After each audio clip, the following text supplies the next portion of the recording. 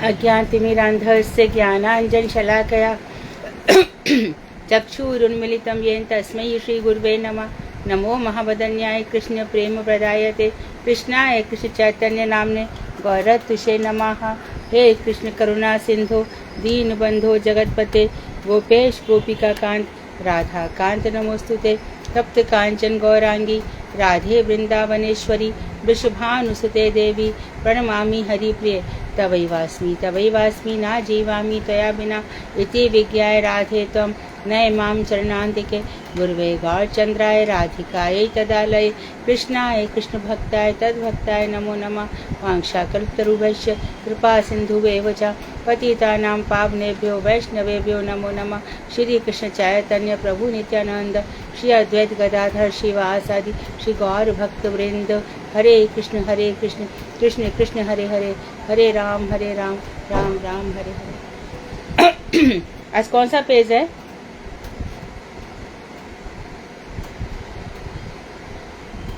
हरे कृष्णा दीदी, दंडवत प्रणाम। हाँ सुधा बोलो, कौन सा पेज है? नया चैप्टर स्टार्ट होगा दीदी। पेज नंबर है 286, चतुर्थ धारा रति विचार। ठीक है। रति मतलब होता है प्रेम। अब ये जो प्रेम है, ध्यान दीजिए, भगवान, जीव और माया, तीन चीजें हैं। भगवान, जीव। कृष्णा दीदी, दंडवत प्रणाम दीदी। आवाज नहीं आ रही। आवाज नहीं आ रही? आवाज तो आ रही है दीदी। संतोष जी, आप अपना मोबाइल ठीक करो। बाकी सबको आ रही है ना?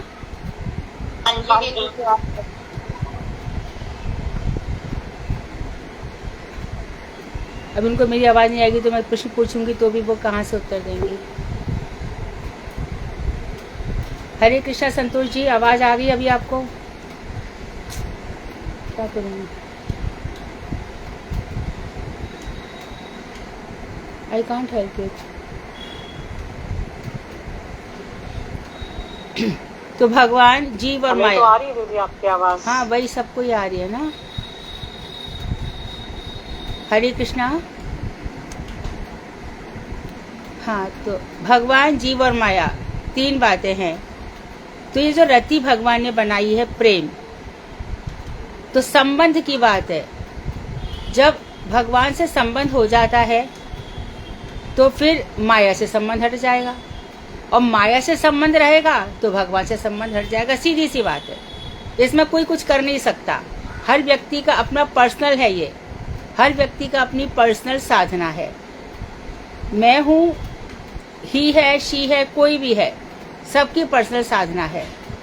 मुझे भगवान से प्रेम है तो प्रपंच मेरा हट जाएगा, क्योंकि मैं समझ गई। प्रहलाद जी ने भी बता दिया, ध्रुव ने भी बता दिया, सबने बता दिया, और संसार भी स्पष्ट हो गया। और जहाँ हमने माया से प्रति कर ली, प्रेम कर लिया, प्रपंच से प्रेम कर लिया, तो भगवान हट जाएंगे। तो भक्तिविनोद ठाकुर कह रहे हैं, ज्ञान के विषय में हम विस्तृत रूप से चर्चा कर चुके हैं, 60-70 पेज में हुई। अब भाव भक्ति के संबंध में कुछ विचार प्रस्तुत किया जा रहा है। देखो, ये जो हो गए ना 7 लेवल, श्रद्धा से लेकर के आसक्ति तक, इसके ऊपर का लेवल है भाव भक्ति। भाव भक्ति में माधुर्य कादम्बनी के अनुसार थोड़ा सा कषाय अभी भी है, हल्का सा। प्रेमा भक्ति में जब जीव प्रेमा भक्ति के लेवल पर पहुंच जाता है तब कोई कषा नहीं रहता, कोई कषा नहीं रहता, तो प्रेमा भक्ति होती है। भाव भक्ति चाहे वह साधन भक्ति से उदित हुई हो अथवा कृष्ण या कृष्ण भक्तों की कृपा से उदित हुई हो, वह कृष्ण भक्तों के संग के बिना पुष्ट नहीं हो सकती। और भी स्पष्ट किया है कि जब हमारी भाव भक्ति होती है तो वो कैसे उदित होगी कि हम पहले श्रद्धा से लेकर के, श्रद्धा, साधु संग, भजन क्रिया, अर्थ निवृत्ति, निष्ठा, रुचि आ सकती, उसके बाद भाव भक्ति आएगी। या तो हमारी साधना से आई है भाव भक्ति, अथवा कृष्ण कृपा की है, अथवा कृष्ण भक्तों के संग से हुई है। कृष्ण भक्त जब ऐसी रस भरी मीठी मीठी बातें करते हैं तो हमें भी आ जाता है। बरसाने हम जाए, चलो सखी बरसाने। वहाँ बरसाने में वृषभानुपुर, वहाँ रस की बरसात हो रही है। कहाँ? किशोरी जी के चरणों में। और जैसे कोई वहाँ पर पहुँच जाता है तो कितने ही लोग बरसाने के पैर रखते ही एकदम भाव भक्ति में आ जाते हैं। फिर कितने ही ऐसे लोग हैं जिन्होंने अपना रिटायरमेंट बरसाने में निकालते हैं, वृंदावन में निकालते हैं। सब कुछ प्रपंच मिनटों में छूट जाता है, फिर वो घर की तरफ देखते भी नहीं है। तो या तो धाम से आ गया, या कृष्ण भक्ति से आ गया, या भगवान के भक्तों के संग से आ गई। अच्छा, मानो आ भी गई तो बहुत बार ऐसा होता है कि संग नहीं मिलता तो ये नष्ट हो जाती है। भाव भक्ति संग पर संग के बिना ये पुष्ट नहीं होती। आ भी गई लेकिन कोई संग नहीं मिला, इसलिए हम क्या करते हैं, साधु संग में चाहते हैं। और आजकल साधु संग मिलना भी बहुत मुश्किल है भाई। पहले वो खुद तो भाव भक्ति तक पहुंचा हो तभी तो हमारी भाव भक्ति कराएगा। वाचालता बहुत है, वाचालता समझते हो ना, बोलने वाले बहुत है, बहुत बहुत बहुत, लेकिन रस बरसात, जिनके संग में से रस बरस जाए ऐसे हमें मिलते नहीं है। ये दुख की बात है। तो उसमें कृष्ण कृपा चाहिए, और कृष्ण कृपा कब मिलेगी, भजन करते करते करते करते। फिर ऐसा कोई जीव हमारे जीवन में आ जाता है जिससे हमारी रति पुष्ट होती है, उसका संग होता है, फिर रस बरसता है। और फिर जब ये रस हृदय में बरस जाता है ना, तो वहां से प्रपंच एकदम ऐसे निकल जाता है अपने आप ही। फिर उसमें सोचना नहीं पड़ता मैं करूं नहीं करूं, कोई दुविधा नहीं रहती, अपने आप ही छूट जाता है। बता रहे हैं दूसरी ओर कृष्ण भक्ति के प्रति। अब यहाँ पर बड़ी चीज कह रहे हैं वो, यदि हमने कृष्ण भक्तों के प्रति अपराध कर दिया तो वह अमूल्य रति धन क्रमशः क्षीण होते होते सर्वथा लुप्त हो जाता है। क्योंकि हमने उस चीज को टच कर लिया। कौन कल बोल रहा था, है ना, हमने उस चीज को ऊपर तक लेवल तक पहुंच गए। लेकिन अब अभी हमें भगवान के दर्शन होने लगे हैं, अभी हमें भगवान कैसे होने लगे, हमारा संसार छूट गया, हमें बिल्कुल संसार से आसक्ति नहीं है, धामवास हो गया। लेकिन यदि साधु संग नहीं मिला, एक बात, और दूसरी बात उससे भी खतरनाक बात है कि हमने किसी वैष्णव के प्रति अपराध कर दिया। भगवान अनंत कोटि वैष्णव वृंद की जय। अनंत कोटि वैष्णव है, एक या दो नहीं है, अनंत कोटि है। अब बताओ किस वैष्णव का अपमान करें। अपमान तो जीव मात्र के लिए भी मना किया है। तो एक वैष्णव नहीं है, दो नहीं है, 1 करोड़ भी नहीं है, अनंत करोड़ वैष्णव है सृष्टि में कब से चले आ रहे हैं। उनके प्रति हमने अपराध मतलब आराधना से दूर, हमारी आराधना एकदम खराब हो गई। तो ये वैष्णवों के प्रति अपराध नहीं होना चाहिए। तो ये अमूल्य रति धन जो हमें बहुत मुश्किल से मिलता है कितने जन्मों बाद, क्रमशः धीरे धीरे धीरे क्षीण होते होते, क्षीण मतलब नष्ट होते होते एक दिन लुप्त, लॉस्ट हो जाता है, रहता ही नहीं है। अथवा बहुत ही निम्न श्रेणी का हो पड़ता है, उसका कोई लेवल ही नहीं रहता, एकदम नीचे चला जाता है। वास्तव में वह बड़े ही दुर्भाग्य का विषय है। हम उस स्टेज तक पहुंचे, वहां से भी पतन है। अभी तक तो हमने पढ़ा था कि आसक्ति के बाद जड़ भरत का पतन हो गया। और एक चीज है, वो ध्यान रखो, आसक्ति तक पहुंचे भरत जी तो भगवान ने कहीं आगे बढ़ता ही नहीं है। तो भगवान ने लीला रच दी हिरण की। अब इसके संग इसकी ये आसक्ति होगी, तो अब ये इसके जो अगला जन्म हुआ तो वो जड़वत रहने लगे। पहले दिन से ना माता से ना पिता से किसी से उनको प्रीति नहीं होती है, उनको सिखाया जाता है, वो सीखते नहीं है। उनको काली देवी के आगे रख दिया जाता है, वहां भी रख देते हैं। पालकी में उनको कितना उनके साथ वो दुर्व्यवहार करता है, वो उसको भी सहते हैं। तो इस तरह से तो जब हम रति की अवस्था तक पहुंच जाते हैं तब जगत क्या कह रहा है उसका हमें फर्क नहीं पड़ता। मैंने पहले ही बोला था कि भगवान, जीव और माया, 3 तो वस्तु है। माया में सब कुछ आ जाएगा, धन आ जाएगा, रिश्तेदार आ जाएंगे, परिवार आ जाएगा, सब कुछ आ जाएगा। इनसे यदि मुंह मोड़ लेते हैं, इसलिए वो कहते हैं कि देखो उस अवस्था तक पहुंच भी गए और फिर नीचे भी गिर गए, तो वास्तव में यह बड़े दुर्भाग्य की बात हो जाती है। इसलिए भक्ति साधकों और जात भाव पुरुषों को बड़ी सावधानी पूर्वक प्रीति के साथ भक्ति संग करना चाहिए। इसलिए भक्ति साधक है और जिनके मन में प्रेम आ गया है वो बहुत समझ कर एकदम ध्यान से हर किसी के साथ करोगे साइमल्टेनियसली, इससे भी प्रेम में इससे भी प्रेम में, वो लॉस्ट हो जाएगा। 2 चीजें साथ में नहीं रह ही नहीं सकती। और एक चीज है कि मानो हमने एक कथा सुनी राइट, या सिद्धांत सुना, और हमने उसका तो चिंतन किया नहीं, बस आधे घंटा मशीनिकल टेक्निकली हम वहां पर सुन आए और सुन करके हमने क्या किया, दुनिया के उसमें लग गए, तो वो चीज वहीं की वहीं रह जाती है।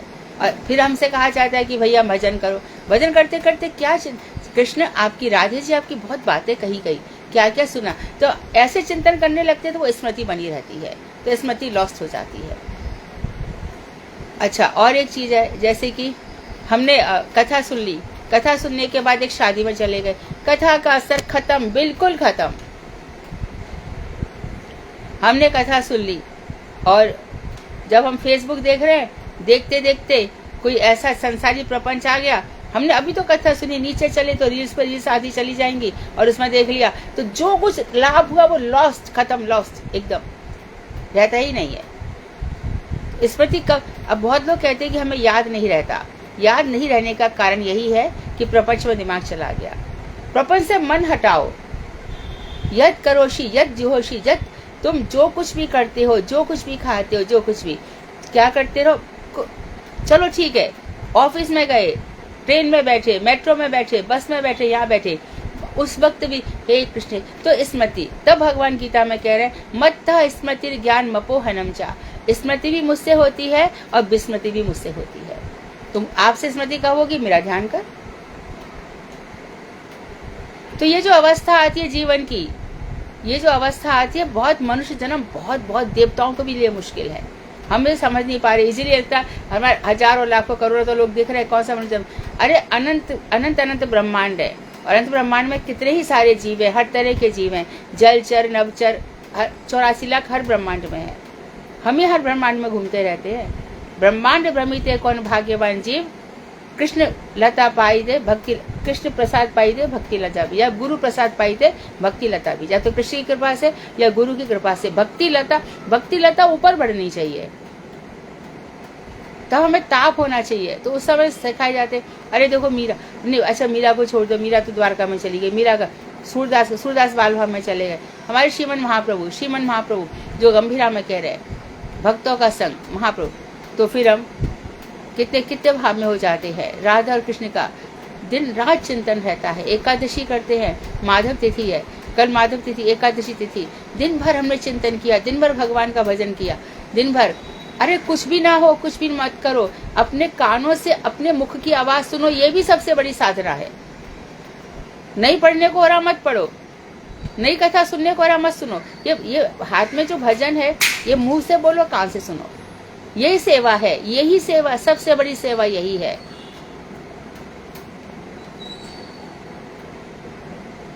तो प्रीति के साथ भक्त संग करना चाहिए, तो बड़ी सावधानी पूर्वक प्रीति के साथ, भक्तों के साथ छल कपट मत करना, कभी भी छल कपट उनके साथ मत करना, प्रीति से जितना उनकी सेवा हो जाए कर देना। वास्तव में जात भाव कहते जिसके अंदर भाव उत्पन्न हो गया है, और इस बात का सदैव स्मरण रखना चाहिए कि उन भक्तों के प्रति किसी प्रकार से अपराध न बन जाए। यदि साधक साधन काल में अपराधों से बचकर प्रीति पूर्वक भक्त संग करे तो उसकी शीघ्र ही अनर्थ निवृत्ति हो जाती है और वह भाव दशा में उपस्थित हो जाता है। तो अब उन्होंने बता दिया कि साधन काल में, ये हम सबका साधन काल है, हम साधना कर रहे हैं, ये जो समय है अभी हमारी सिद्धि नहीं हुई है, अभी हम साधना कर रहे हैं साधन काल में, तो उस समय अपराधों से बच जाओ, वैष्णव के प्रति अपराध ना हो, प्रीति पूर्वक भक्तों का संग करो। कोई भी भक्त हो, ये मत सोचो ये ऐसी है, ये वैसी है, ये यहाँ है, कृष्ण का भजन कर रही है ना, काफी है। अच्छा, ये तो हमने उससे अपराध नहीं किया, कनिष्ठ भक्त है, मध्यम भक्त है, उत्तम भक्त है लेकिन मध्यम भक्त के संग आकर के हमने क्या कर दिया, भक्तों से हमारी मैत्री शुरू हो गई, और यही एक समय जिस समय हम जो भक्त नहीं है उनकी उपेक्षा कर देते, उनको निग्लेक्ट कर देते, उनकी बातों पे ध्यान ही नहीं देते। वो तो वही बात करेगा ना, वो भक्त थोड़ी है जो अच्छी बातें करेगा, तो उसको मुंह क्यों लगाएं, बोलो, वो कोई हमसे अच्छी बातें करने वाला है क्या, या करने वाली है? फिर उसको मुंह लगा के, जो टाइम निकल गया, अभी भी देखो इतना टाइम निकल गया तो निकल गया, जीवन का इतना टाइम निकल गया, अभी आगे फिर हमने वही उन सबको मुंह लगा लिया। तो जो बार बार ध्यान रखो, जो अपने से ऊंचे लेवल का है उसका ही संग करो, अपने से नीचे लेवल में भक्ति नीचे गिर जाएगी। तो भक्त संग करे तो उसकी शीघ्र ही अनर्थ, अपराध अनर्थ सब दूर हुए, बलिहारी ऐसे सदगुरु की। जितने भी अनर्थ है, कैसे अनर्थ है, अरे हमारी बड़ी सुकृति बन रही है, अरे सुकृति बना रहे हम, सुकृति बना सुकृति में ऐसा भी हो जाता है कि कभी सुकृति बनते बनते अब अचानक मान सम्मान मिलने लगता है, अचानक धन मिलने लगता है, नामाभास होने लगता है। भजन बहुत से हम कहेंगे भैया तुम ये तुम नई भजन किया है तो दूसरों से मत कराओ, हम उनकी सुकृति बना रहे। अरे तुम्हारा बाप उनकी सुकृति नहीं बना सकता, स्वयं से होता है। ये जरूर महाप्रभु कह रहे हैं कि रास्ते में भी जाओ तो हरे कृष्ण जोर जोर से बोलते जाओ, प्राणियों का उद्धार हो जाएगा। परंतु उनकी सुकृति बनी नहीं बनी कैसे होगा, ये जो मन में वो लगा रखा है ना कि मैं इसका बुलाऊंगी, ये इतना आसान नहीं है भाई। तो उसकी शीघ्र ही भक्तों का संग करेगा तो अनर्थ मिट जाएंगे। तो अनर्थ कितने प्रकार के माधुर कादम्बनी में बताए गए हैं। सुकृति से युक्त है, दुष्कृति से युक्त है। दुष्कृति हम किसी के साथ करिए है और हम भजन करना चाहते लेकिन हमारा शरीर बीमार पड़ गया, अपंग हो गए और किस नई प्रकार की बीमारी आ गई। हम भगवान का नाम लेना चाहते लेकिन देखो किसी के गले में कैंसर हो गया, किसी का कुछ, ऐसा भगवान का नाम नहीं निकलता है मुख से। तो अनर्थ है सब।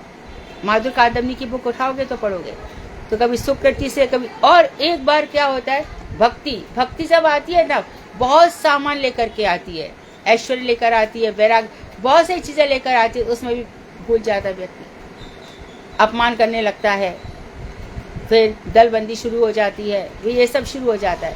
संसार में कुछ भी होने दो, कुछ भी चलने दो, हमको हमसे भारे भगवान से मतलब है। और जो शुद्ध भक्त है उनसे, अब यहाँ पर आती है हमें शुद्ध भक्तों का, जो खाली भजन कर रहे हैं और हमें बता सकते ऊंची चीजें, उन्हीं लोगों का संग करो। वह भाव दशा में उपस्थित हो जाएगा और जात भाव पुरुष शीघ्र ही प्रेम दशा में भी उपस्थित हो जाएगा। और फिर एक ऐसी दशा आती है प्रेम दशा, फिर भगवान श्री कृष्ण से दिन रात, सुबह दोपहर रात उन्हीं से प्रेम हो जाता है। ऐसे में भगवान अपने भक्त, ऐसा भी है शास्त्र में कि प्रेम दशा में पहुंचने पर ठाकुर जी फिर भक्त को यहाँ ज्यादा छोड़ते नहीं है, फिर उसको ले जाते हैं। नंद को भेज देते हैं, सुनंद को भेज देते हैं, विश्वक्सेन को भेज देते हैं, उनके 8 पार्षद है, किसी को भी भेज करके भक्त को बुला लेते हैं। और कभी कभी तो खुद भी आकर के ले जाते हैं, जैसे इसको ले गए एरावत को, एरावत हाथी को। कभी कभी ऐसा भी होता है। नलकुबर मणिग्रीव को उन्होंने उद्धार कर दिया, और जो ये है राजा नृग गिरगिट, उसका भी उद्धार कर दिया। अहिल्या का उद्धार कर दिया भगवान ने, शबरी का उद्धार कर दिया, केवट का उद्धार कर दिया। ऐसे भगवान खुद भी कर देते हैं। कहीं कहीं ऐसा भी संदेह किया जाता है कि जिस रति का इतना अमूल्य धन कहा गया है, जिस रति को, वह भगवत भक्त के अतिरिक्त अन्य प्रकार के लोगों में भी दिखलाई पड़ती है। हम देखते हैं कि बहुत से लोग हैं जो भक्ति नहीं कर रहे हैं, उनमें भी हमें रति दिखाई दे रही है। तो इसका उत्तर यह है कि भक्तों द्वारा शुद्ध रति की उपलब्धि के लिए उक्त विषय पर विचार किया जा रहा है। हम लोग किसी दूसरे संप्रदाय या लोगों की भजन की परिपाटी या पद्धति के प्रति विद्वेष की भावना से प्रेरित होकर कुछ भी नहीं कहेंगे। केवल मात्र भक्तों की जिज्ञावश उनकी भक्तिवृत्ति की दृढ़ता और पुष्टि के लिए जो कुछ कहेंगे, उसे किसी दूसरे संप्रदाय की भजन पद्धति के विरुद्ध कुछ जान पड़े तो उसके लिए हम पहले से क्षमा प्रार्थना करते हैं। बहुत उन्हें बता दिया, अब इसको हम क्लियर करते हैं। वो कह रहे हैं कि जिस रति को इतना अमूल्य धन कहा गया है, वो भगवत भक्तों में दिखाई देती है और अन्य प्रकार के लोगों में भी दिखाई पड़ रही है। तो इसका उत्तर यह है कि भक्तों द्वारा शुद्ध रति को उपलब्धि के लिए उक्त विषय पर विचार किया जा रहा है। हम दूसरों के लिए विचार नहीं कर रहे, हम मानते भी नहीं है। ऐसे देखो कितने लोग हैं। पहले मैं है ना छोटी थी तो जन्म भूमि गई थी एक दफे भागवत संस्थान में, तो एक स्त्री को मैंने देखा था, वो पीली धोती पहनी थी और हाथ में तानपुरा लिए थी छोटा वाला, और सारी जगत में वो फेमस थी। तो मीरा है साक्षात मीरा है साक्षात, और वो किसी से ऐसे बात करती थी, लेकिन वो किसी संप्रदाय में नहीं थी, कुछ भी नहीं थी। अब उसकी भक्ति कहाँ तक दिखावा कर रही है या अंदर से कहाँ तक, ऐसे हम कैसे कह सकते हैं। ऐसे एक और पुरुष थे और कुंडल पहन लिए थे और बिंदी लगा ली थी और ये चुन्नी पहनी थी, और मैं तो ललता सखी हूँ, मैं कृष्ण की हूँ। ऐसे भी बहुत से लोग देखे जाते हैं। तो भक्तिवंत ठाकुर कह रहे हम उनके विषय में बात ही नहीं कर रहे, हम अपनी बात कर रहे हैं। इसका मतलब ये है कि उनको भक्त मानो ही मत, सीधी से उन्होंने बात करी, परंतु साफ नहीं कहा।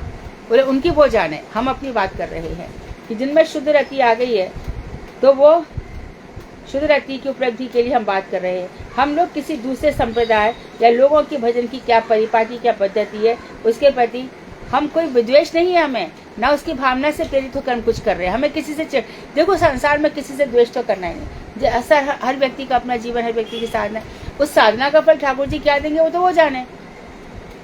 हर कोई साधना कर रहा है, तो जो वैष्णव साधना कर रहे हैं उनको फल क्या मिलेगा वो भगवान के हाथ में है।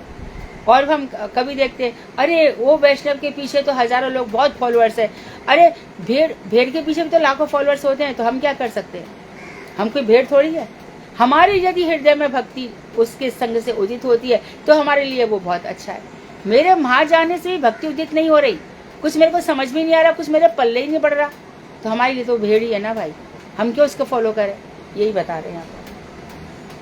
तो हम लोग किसी दूसरे संप्रदाय लोगों के भजन की पद्धति या परिपाटी के प्रति हमें कोई विद्वेष नहीं है, हम कुछ भी नहीं कहेंगे। हम केवल भक्तों की जिज्ञासा के बस उनकी भक्ति वृत्ति की दृढ़ता और पुष्टि के लिए जो कुछ कहेंगे, उसमें यदि किसी दूसरे संप्रदाय की भजन पद्धति के विरुद्ध कुछ जान पड़े तो उसके लिए हम पहले से हम जो कुछ कह रहे हैं, और हम अपने जो भक्त हैं उनका भजन कैसे दृढ़ हो, कैसे पुष्ट हो, ऐसा कहते कहते यदि किसी को लगे कि आप हमारे संप्रदाय के विरुद्ध कह रहे हो तो हम पहले से क्षमा मांग रहे हैं। हम आपके संप्रदाय के विरुद्ध किसी विद्वेष की भावना से नहीं कह रहे, हम हमारे भक्तों के प्रति बात कह रहे हैं, ऐसा उन्होंने कहा। बड़े सौभाग्य से जीव की शुद्ध भक्ति में रति होती है। शुद्ध भक्ति, एकांतिक भक्ति। कृष्ण वासुदेव सर्वमिति स महात्मा सुदुर्लभ। वासुदेव सब कुछ है, महात्मा दुर्लभ है। सबसे पहले तो मनुष्य, जैसे कि भक्ति ठाकुर ने बताया कि नीतिवान बनता है, शेषरवाद बनता है। अब इस शेषर में वो कितने प्रकार से चला जाएगा, है ना, कितने प्रकार से चला जाएगा। शंकर जी की आराधना करेगा, ब्रह्मा जी की आराधना करेगा, देवी जी की करेगा, सूर्य की करेगा, गणेश जी की करेगा, वहां की बात कर, तो ये शुद्ध भक्ति नहीं है। एक पत्नी एक पति से तो प्रेम करती है ना, ये वहां पे उदाहरण देते हैं। भक्ति के लिए भी एक ही भगवान होते हैं, सबकी भक्ति नहीं होती। तो भगवान, जिनके अंदर भग है 6, वही जिनसे युक्त है वही भगवान है। तो भगवान की क्या ऐश्वर्य, समग्र ऐश्वर्य से भगवान के ऊपर समग्र पूरा ऐश्वर्य हो, पूरा वीर हो, पूरा यश हो, ज्ञान हो, वैराग्य हो और संपूर्ण सौंदर्य हो। 6 गुण यहाँ पर होंगे, वही भगवान है। तो भैया ये 6 गुण तो हमें किस में दिखाई देते हैं? श्री कृष्ण। संपूर्ण ऐश्वर्य उनका, ठीक है, और यश उनका इतना है, वीर्य पराक्रम उनका इतना है, श्री सौंदर्य इतना है, ज्ञान भी है और वैराग्य भी है। ये 6 गुण हैं जो हर किसी देवता में दिखाई नहीं देते, इसलिए भक्ति उन्हीं की होती है, कृष्ण भक्ति। बाकी सबके साथ भक्ति नहीं है होती है।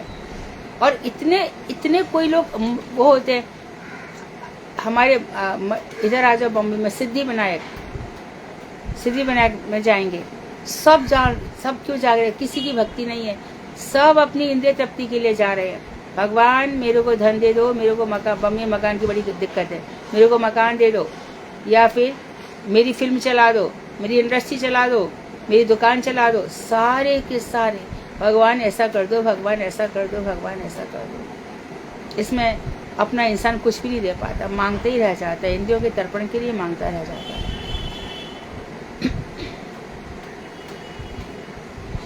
तो वो बता रहे हैं कि शुद्ध भक्ति में रति होती है जीव की। बड़े सौभाग्य से ऐसा आता है कि कृष्ण भक्ति में हमारी रति होती है। ग्रंथ लिखकर दूसरों को रति का शिक्षा देना असंभव है। हम ग्रंथ लिखकर हम दूसरों को रति की शिक्षा नहीं देना चाहते। ग्रंथ लिखकर जिन्हें शुद्ध भक्ति में श्रद्धा है उन्हीं के लिए ग्रंथ लिखा गया है। अब खुद ही कहती मैं आपको कुछ सिखा नहीं रहा हूँ, आपकी शुद्ध भक्ति में रति है तो आपके लिए ये ग्रंथ है। जिन्हें शुद्ध भक्ति में श्रद्धा है उन्हीं के लिए ग्रंथ है। फिर भी दूसरे संप्रदाय के लोग यदि संयोगवश से पढ़े तो इसमें हमारा कोई दोष नहीं है। यदि संयोग से आपके हाथ में किताब आ जाती है तो हमारा कोई दोष नहीं। इसका मतलब भक्ति ठाकुर बहुत गंभीर बातें बताने जा रहे हैं। यदि भाग्यवश वे इसके विचारों से एक मत हों तो सब प्रकार से उनका कल्याण ही कल्याण है। भक्ति ठाकुर, राधा जी की कमल मंजरी, सप्तम गोस्वामी, संसार में बहुत कुछ, शर गोस्वामी का चीज बहुत डिफिकल्ट हो गई, थोड़ा इजी कर गया। जिसने भक्ति विनोद ठाकुर की शरण ले ली वो पक्का गौड़ीय वैष्णव बन जाएगा और राधा जी के चरणों में पहुंच जाएगा। जब तक भक्ति विनोद ठाकुर के चरण इनको ग्रंथों को नहीं पढ़ोगे भक्ति नहीं जागेगी। जैव धर्म तो आपने पढ़ाई, चेतन शिक्षामृत भी पढ़ रहे हो, तो हमारा कोई दोष नहीं है। यदि भाग्यवश वो हमसे मिल जाते तो उनका भी कल्याण हो जाएगा, और यदि वे एक मत ना हो तो उनसे हमारी यही विनीत प्रार्थना है कि वे इस ग्रंथ को किसी दूसरे को दे दें, हमसे असंतुष्ट ना हो। यदि आपको हमारी बात नहीं जम रही है तो ये ग्रंथ दूसरे को पकड़ा दे। कितना अमृत ग्रंथ है, सोचो, जैव धर्म से भी कितना आगे है ग्रंथ। भक्ति विनोद ठाकुर को ये कहना पड़ रहा है, इसमें कितनी गंभीर बातें हैं। अब ये कह रहे हैं अवैध ब्रह्मवादियों का मत यह है कि ब्रह्म निर्गुण है। अवैध ब्रह्मवादी मतलब जीव और ब्रह्म में भेद नहीं है, ये अवैध ब्रह्मवादी हो गए। जीवो ब्रह्मैव ना पराहा, जीव ब्रह्म ही है, कोई दूसरा नहीं है। जीव ब्रह्म ही है, सही है, ब्रह्म का अर्थ तो ब्रह्म ही होगा ना, होगा, जरूर होगा। कुम्हार का बेटा, किसी को भी बेटा ले लो, उसके जुड़ तो जाता ही है ना। जनक की बेटी जानकी होगी, इसमें क्या है। दशरथ का बेटा दशरथ नंदन, नंद बाबा का बेटा नंद नंदन, यशोदा का बेटा यशोदा नंदन, ब्रजभानु की दुलारी राधा रानी, ये तो रहेगा ही। तो हम उस ब्रह्म के अंश तो है ही, हम ब्रह्म है ही, लेकिन शक्तियां कम है, बस इतना अंतर है। वो मरते नहीं, हम मर जाते हैं। वो जीते नहीं, हम जीते। वो जीवन मरण से परे है। पर अपने को ब्रह्म मान लेना, अपने को, ये सब गड़बड़ है। तो उनका मत यह है कि ब्रह्म निर्गुण है। किसी सगुण उपाय का अवलंबन करने से निर्गुण ब्रह्म की उपासना नहीं होती। सगुण उपाय का अवलंबन करने से, हमने कोई सगुण उपाय ले लिया साथ में, तो वो कहते हैं, इसको आगे और स्पष्ट कर रहे हैं कि जीव सगुण है, अतएव जीवों के लिए सगुण उपासना के अतिरिक्त कोई दूसरा उपाय नहीं है। तो सगुण उपाय का कि भगवान के अंदर गुण है, वैशिष्ट है। अब किसी जीव की आराधना करो तो जीव आराधना करेगा भगवान की, तो ब्रह्म निर्गुण है तो क्या आराधना करें। और वो तो कुछ है ही नहीं, उनका तो ना शक्ल है, ना सूरत है भगवान की, ना कोई गुण है, ना उन्होंने कोई लीला करी। अरे काली मर्दन पे जाने कौन नाचा, गोवर्धन पर्वत किसने उठाया। हम क्या आराधना करें फिर। सभी ब्रह्म है, मैं जीव ब्रह्म है ना, जीवो ब्रह्म ही। आप भी ब्रह्म बन गए, मैं भी बन गई, ये भी बन गया, वो भी बन गया। अब क्या करें। तो ब्रह्म का काम है सृष्टि करना, सृष्टि करो। कौन करे, नहीं सृष्टि नहीं होगी, मैं करूंगा, नहीं तुम करोगे, नहीं इस समय संहार करना होगा। तो क्या सृष्टि का संहार, सब गड़बड़ हो जाएगा। अतएव जीवों के लिए सगुण उपासना के अतिरिक्त कोई उपाय है नहीं, निर्गुण की उपासना कैसे होगी। इसलिए जीव सर्वप्रथम सगुण तत्व के अंतर्गत किसी काल्पनिक भक्त मूर्ति की उपासना करे। अब बोले कि आप सगुण पे आ जाओ, कल्पना करो एक मूर्ति आपके सामने है। इस उपासना से क्रमशः उसकी बुद्धि स्थिर होने पर साधक जीव उस कल्पित मूर्ति की उपासना से अपनी बुद्धि को निर्गुण ब्रह्म के प्रति लगाकर ज्ञान और वैराग्य का अनुसंधान करे। आगे बता रहे हैं, अब क्या करो इस उपासना में। अभी जो भगवान कृष्ण के भक्त हैं उनके लिए नहीं, जो अवैध ब्रह्मवादी उनके लिए बता रहे हैं। पहले ऐसा करो कि तुम्हारे सामने एक मूर्ति है, इससे क्या हो जाएगा, तुम्हारी बुद्धि शांत हो जाएगी, मन चंचल है वो स्थिर हो जाएगा। वैसे मूर्ति पूजा स्थिर मन के लिए है।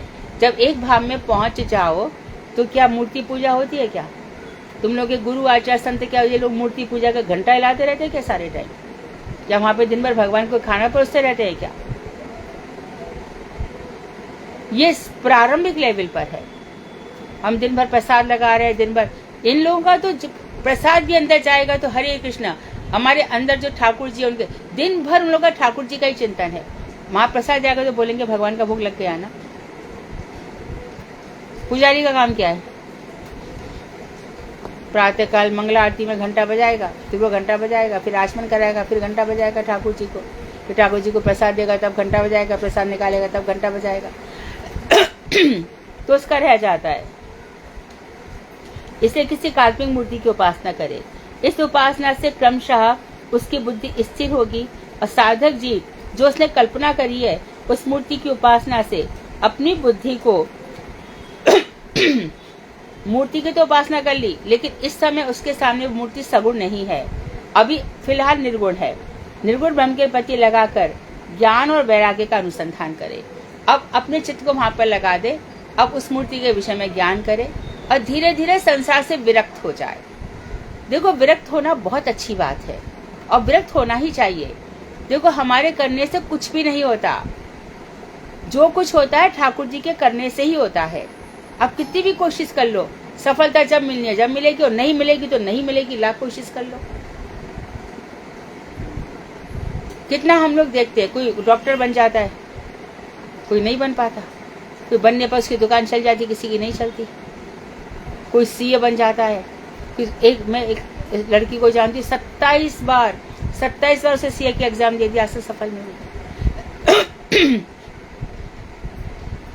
ये संसार है ना, ऐसे ही चलता है, तो इसमें कोई अचंभे की बात नहीं है। ऐसा एक दो उदाहरण थोड़ी, आप सब अपने आसपास के एग्जाम्पल देख लो।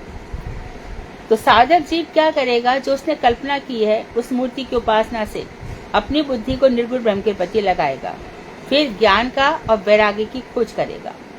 अपरोक्ष अनुभूति ग्रंथ में अवैध ब्रह्मवाद को प्रधान आचार्य श्री शंकराचार्य ने ऐसा निर्देश दिया है कि वैराग्य, विवेक, शम, दम, उपरति, तितिक्षा, श्रद्धा, समाधान, मुमुक्षुता, इन 9 साधनों के योग से पुरुष विचार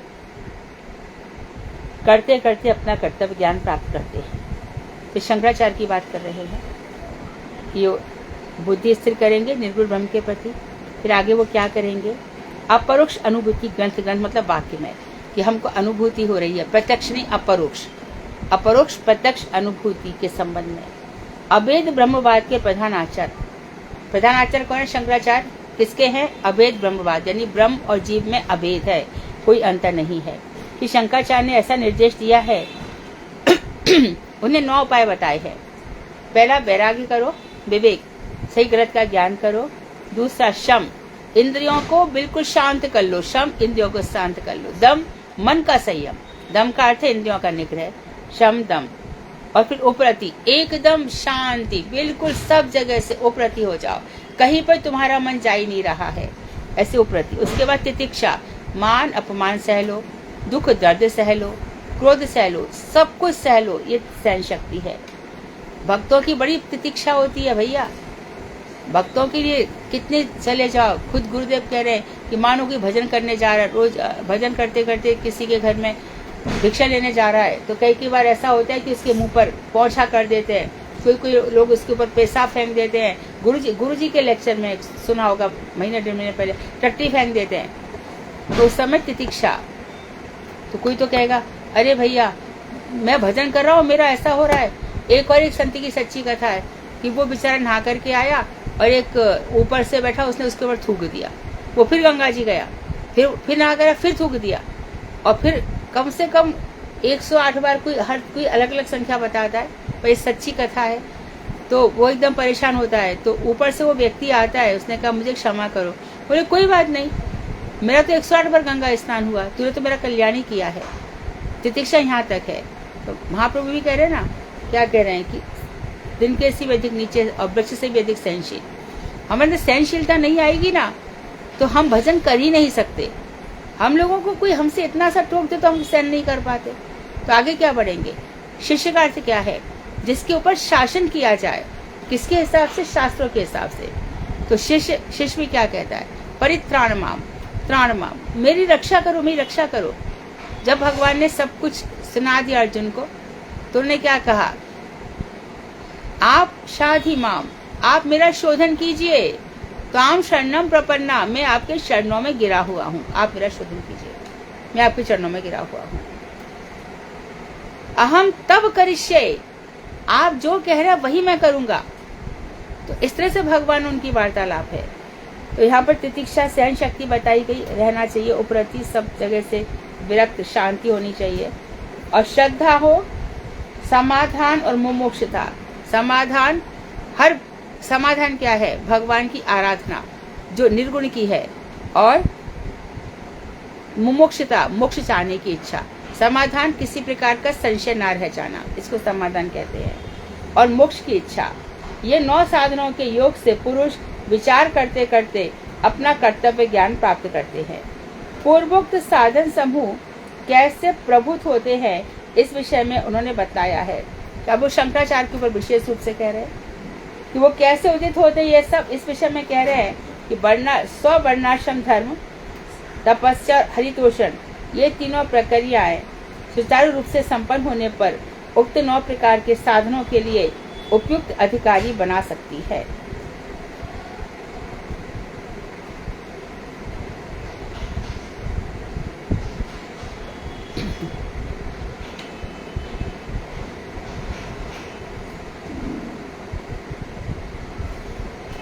आगे बता रहे हैं, ये थोड़ा सा डिफिकल्ट लगेगा, क्योंकि तुम लोग समझ लोगे कि जो अद्वैतवादी हैं वो कैसा करते हैं ना, अभेदवादी। तो यहाँ पर बता रहे हैं कि 9 प्रकार के हो गए, और वो कह रहे हैं ये साधन के विषय में कैसे उत्पन्न होते हैं। तो 100 वर्ण आश्रम धर्म, तो इसमें अपने वर्ण में यानी कि ब्राह्मण, क्षत्रिय, वैश्य, शूद्र क्या करेगा, और गृहस्थ, वानप्रस्थ, सन्यासी, ब्रह्मचारी क्या करेगा, और फिर तपस्या करेगा। वो तपस्या क्या है, ब्रह्मचारी की तपस्या क्या है, ब्रह्मचर्य से रहे, अर्थात काठ की स्त्री को भी ना देखे। इससे बात करना तो बहुत दूर है। धन जितना भी संग्रह करे अपने गुरु को दे दे।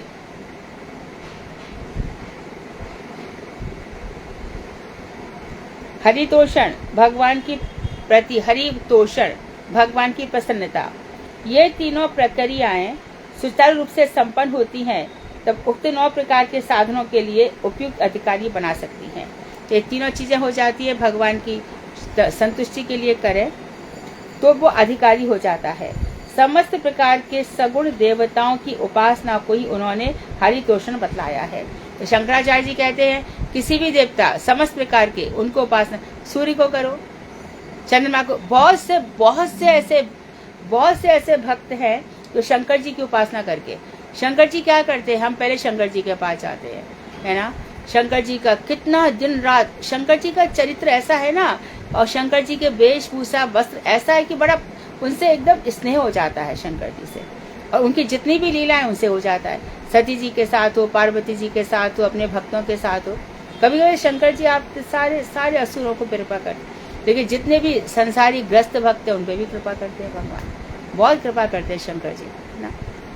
लेकिन जब देखते हैं कि कोई मेरी बिना किसी इच्छा के भक्ति करता है तो उसको कृष्ण भक्ति दे देते हैं शंकर जी। तो कितनी सारी देवताओं की उपासना कर सकते हो, सब प्रकार के सगुण देवताओं की उपासना को उन्होंने हरितोषण बतलाया है। यह भगवान की संतुष्टि है। अद्वैतवादियों के विचार से सूर्य, गणेश, शक्ति, शिव और विष्णु ये 5 सगुण देवता है।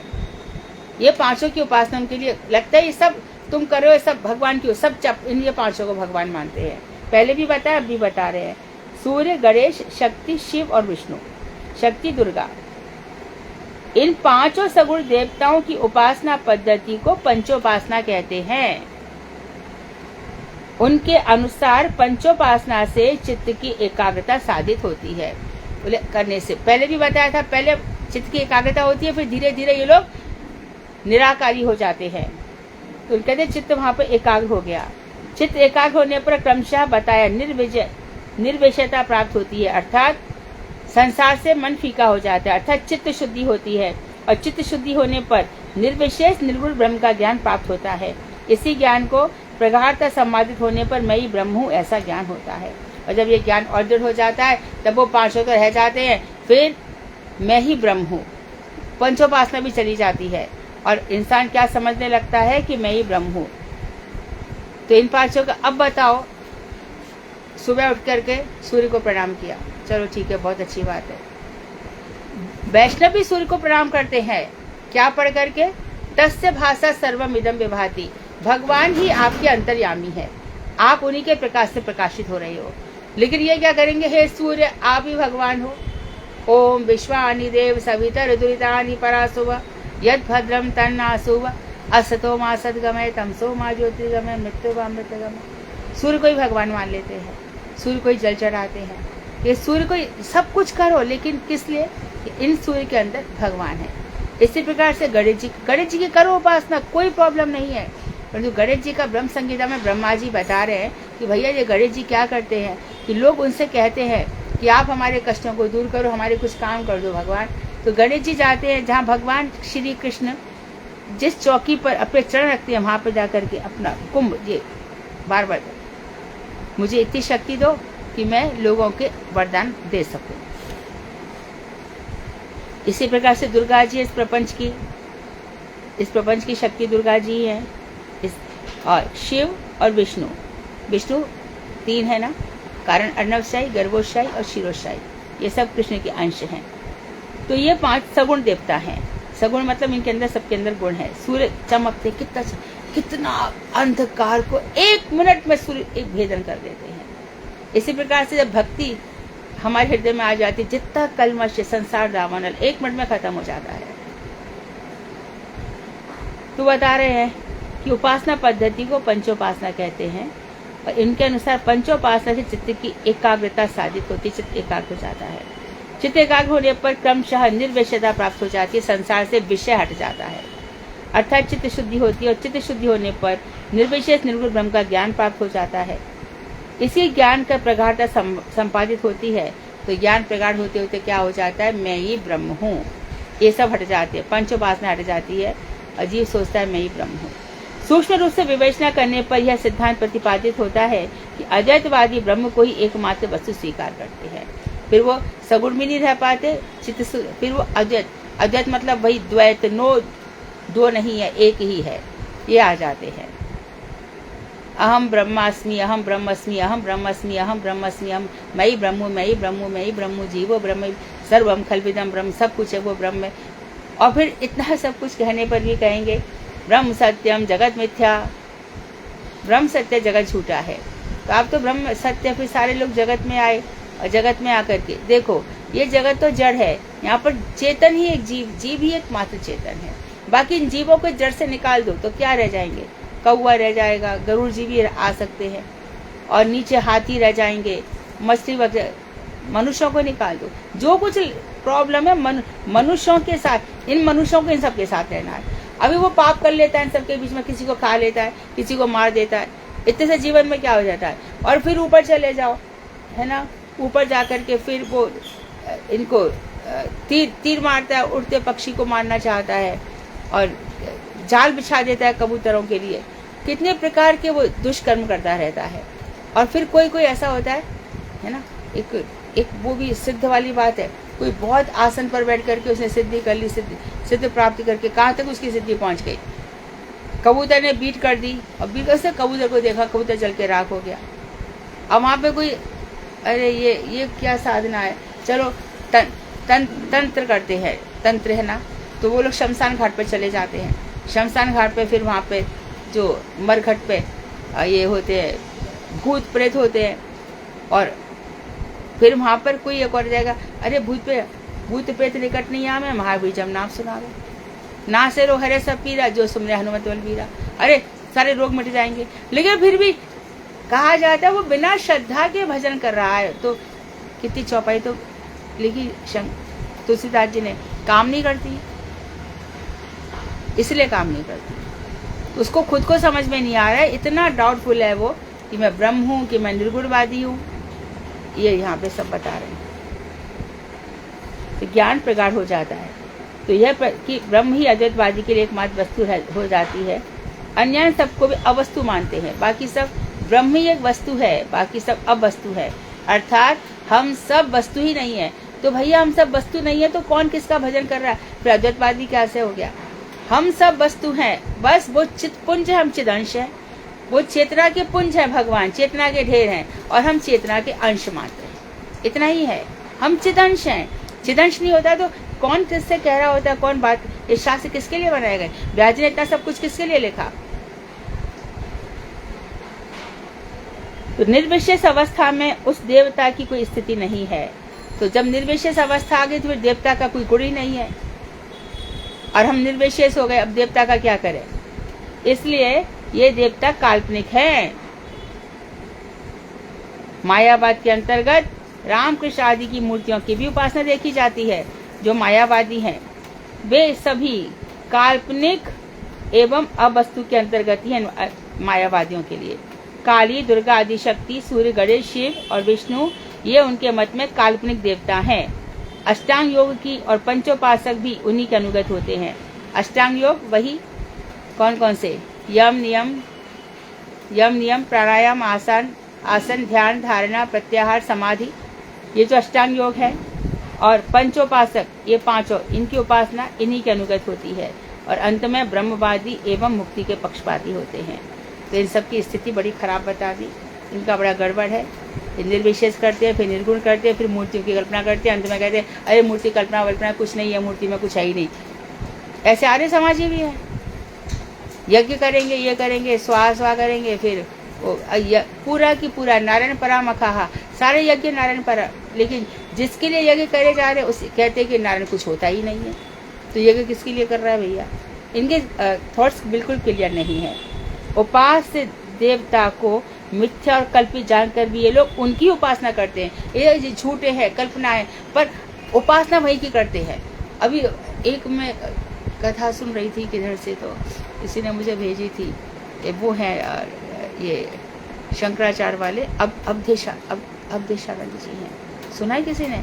अवधेशानंद जी हैं, वो ऐसे त्रिपुंड लगाते हैं और निर्गुण चिल्ला रहे हैं, निर्विशेष चिल्ला रहे हैं, निर्गुण कह रहे हैं, और सारी कथा राम और कृष्ण की सुना रहे हैं, सब वही सुनाते हैं। जैनियों में आ जाओ, इनके पास कोई सिद्धांत ही नहीं है, कुछ भी नहीं है। अब जैन लोगों को प्रचार करना है तो फिर कहेंगे कि 24 तीर्थंकर है, और फिर कथा इनके पास, फिर वही रामायण के पास आ जाते हैं। तत्व ही नहीं है इनके पास, क्या करेंगे, कहाँ जाएंगे? तो झूठी कल्पना भी करेंगे और उपासना भी उन्हीं की करेंगे। ऐसे लोगों में उपासना काल में जो रति के लक्षण देखे जाते हैं उसी को वो रति कहे। और ऐसे लोगों में जो भगवान को समझ नहीं रहे, कल्पना में कर रहे हैं, फिर जो भगवान से प्रेम दिखाई दे रहा है, अरे भैया ये तो बड़ी भगवान की उपासना कर रहे हैं, और बस आंखों में आंसू भर रहे हैं, रोंगटे खड़े हो रहे हैं, ये सब हो रहे हैं, ये कह रहे हैं सब मूर्ति में विश्वास करता नहीं है, और कथाओं को कह रहा है। जो ज्यादा कथाओं में रो रहा है ना, वो 1% भी भगवान की उपासना करता नहीं है, यदि वो गौड़ीय वैष्णव नहीं है तो। ऐसे बहुत सारे लोग हैं, कितने ही ऐसे लोग हैं, आसपास मिल जाएंगे। अरे मेरे को तो भगवान को ये खिलाती हूँ, मैं पिलाती हूँ भगवान के। अरे समझ तो सही कि तू है क्या?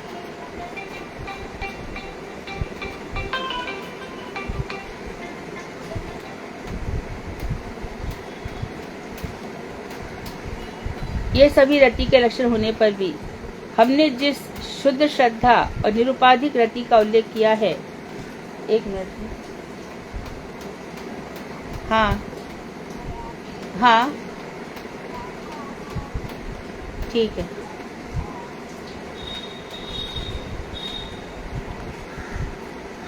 तो रति कहना चाहते हैं।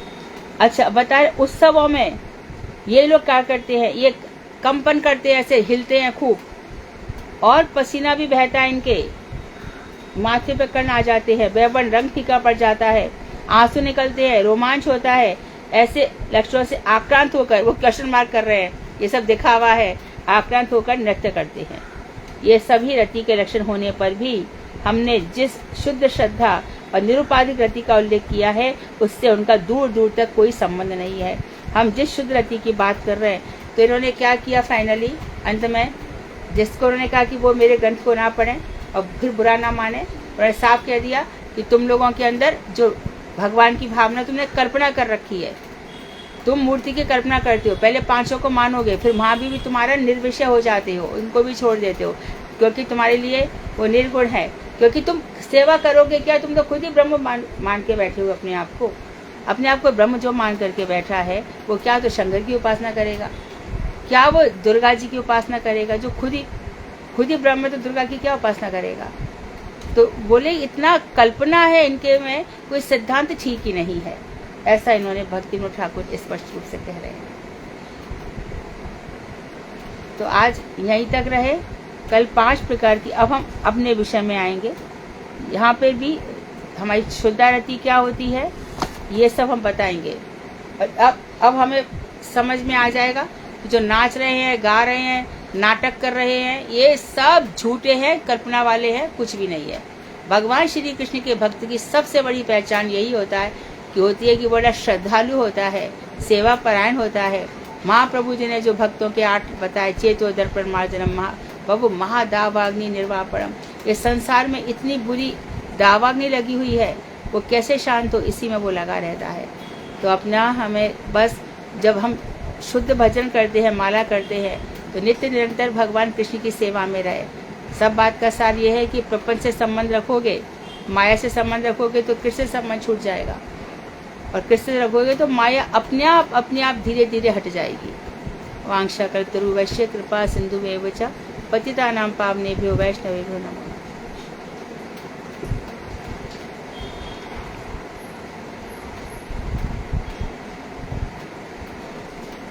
कल हम लोग ही रति आएगी, पता चलेगा किसकी जड़ रति है, किसकी शुद्ध रति है।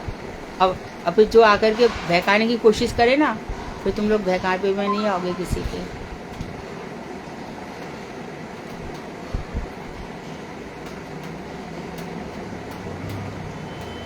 बोलो।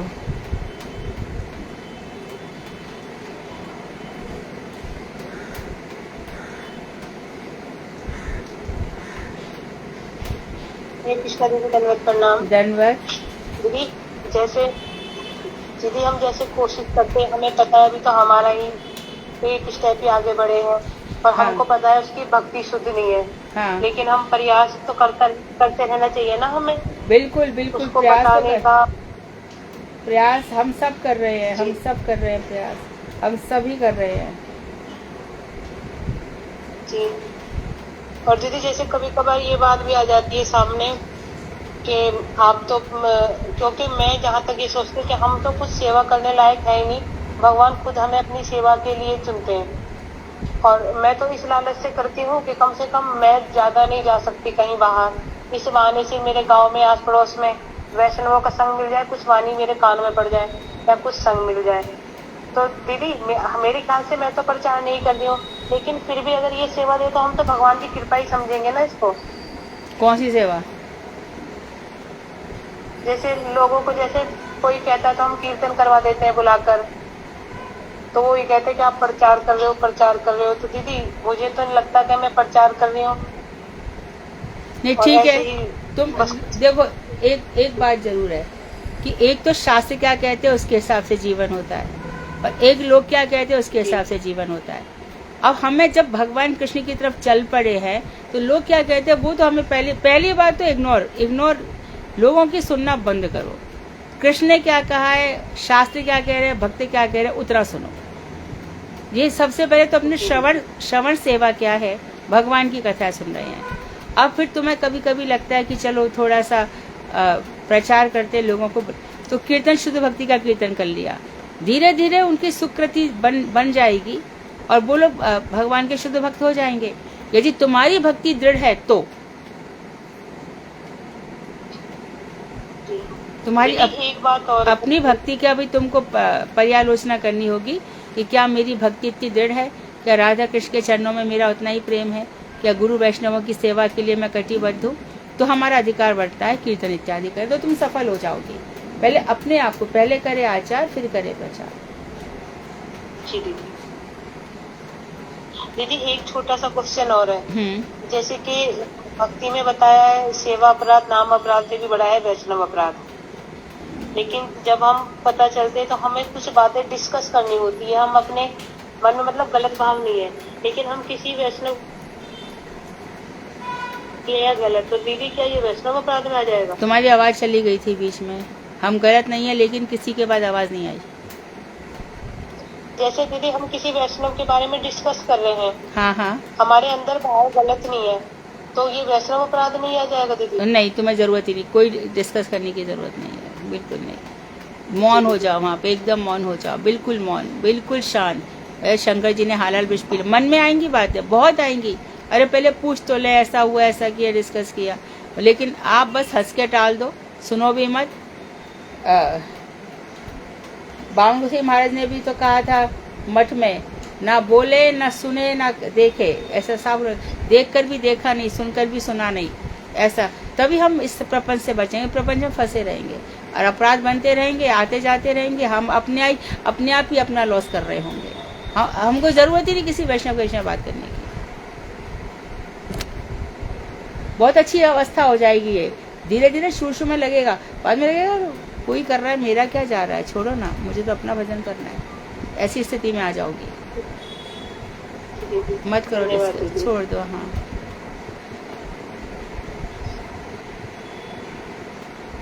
और हरे कृष्णा दीदी, दंडवत प्रणाम। हाँ, दीदी इस लाइन को एक बार और एक्सप्लेन कर देंगे। वैराग्य, विवेक, शम, दम, उपरति, तितिक्षा, श्रद्धा, हाँ, हाँ, समाधान हाँ। और मुमुक्षुता। शम और दम। दम दम होता है इंद्रियों का दमन, शम होता है मन का, है ना। इंद्रियां, आँख, नाक, कान, इनका दमन, शम दम। फिर क्या है तीसरा? तितिक्षा है ना। दीदी उपरति। उपरति। उपरति होती है मन की वृत्ति का शांत हो जाना। उपरति है मन की वृत्ति, मन जो चंचलता है ना, इस चंचल मन को शांत कर देना। उपरति, हर प्रकार की वृत्तियों से मन शांत हो जाता है। तितिक्षा, सहन शक्ति, सुख दुख में समान रहे। कोई मार भी दे, कोई पीट दे, ऐसा नहीं है कि कोई हमें क्यों मारेगा, कोई पीटेगा। यहाँ पर बताया गया है कि मान अपमान और उसको सहन कर ले शांति से, सुख दुख को भी सहन कर ले, मान अपमान को विशेष रूप से उसको सहन कर जाए। और दीदी मुमुक्षुता, मोक्ष चाहने की इच्छा।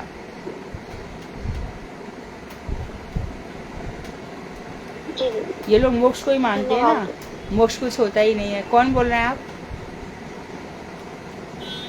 दीदी पूनम तोमर। और उसके पहले कौन बोल रहा था? अनीता दीदी थी। अनीता थी। अच्छा अच्छा, हाँ ठीक है। दीदी मैं थी अनुराधा। हाँ ठीक है, और बोलो।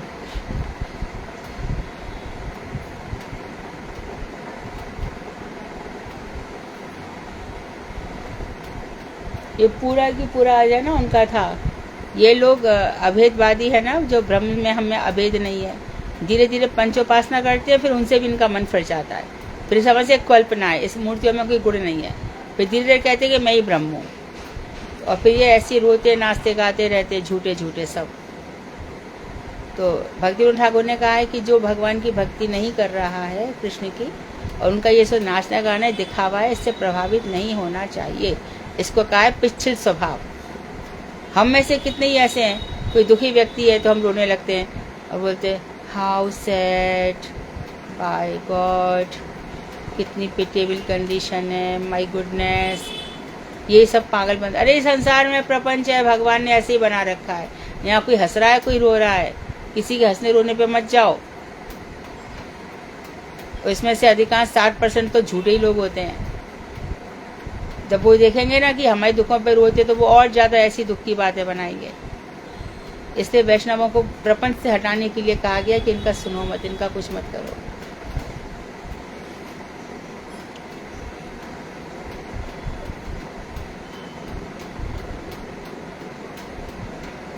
और बोलो।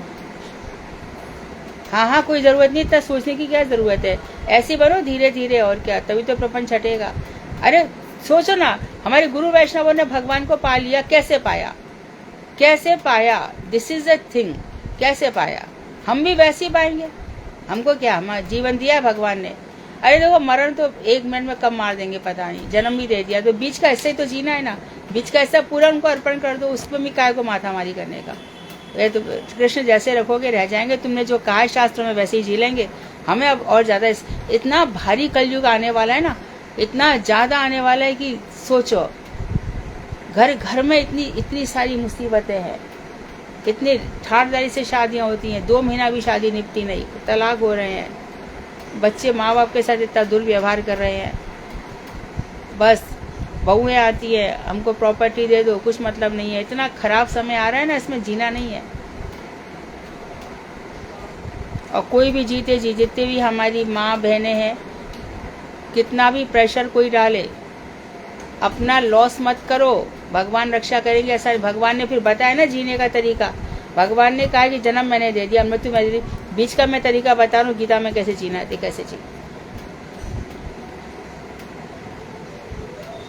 और फिर कलयुग के हिसाब से, कलयुग का क्या धर्म है, कलयुग में कैसे मनुष्य को रहना चाहिए, ये सब बताया है ना। ऐसे जियो आराम से, घबराओ मत। और बोलो।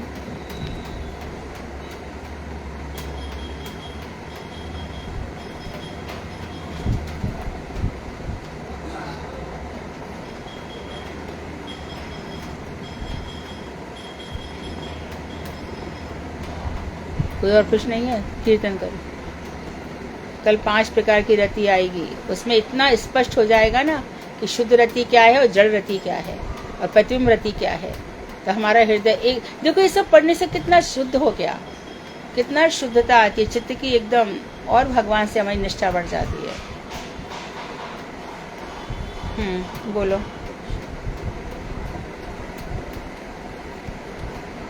कौन भजन गा रहा है आज? किसी का मन नहीं है? हरे कृष्णा दी, मैं गाऊं? हाँ गाओ।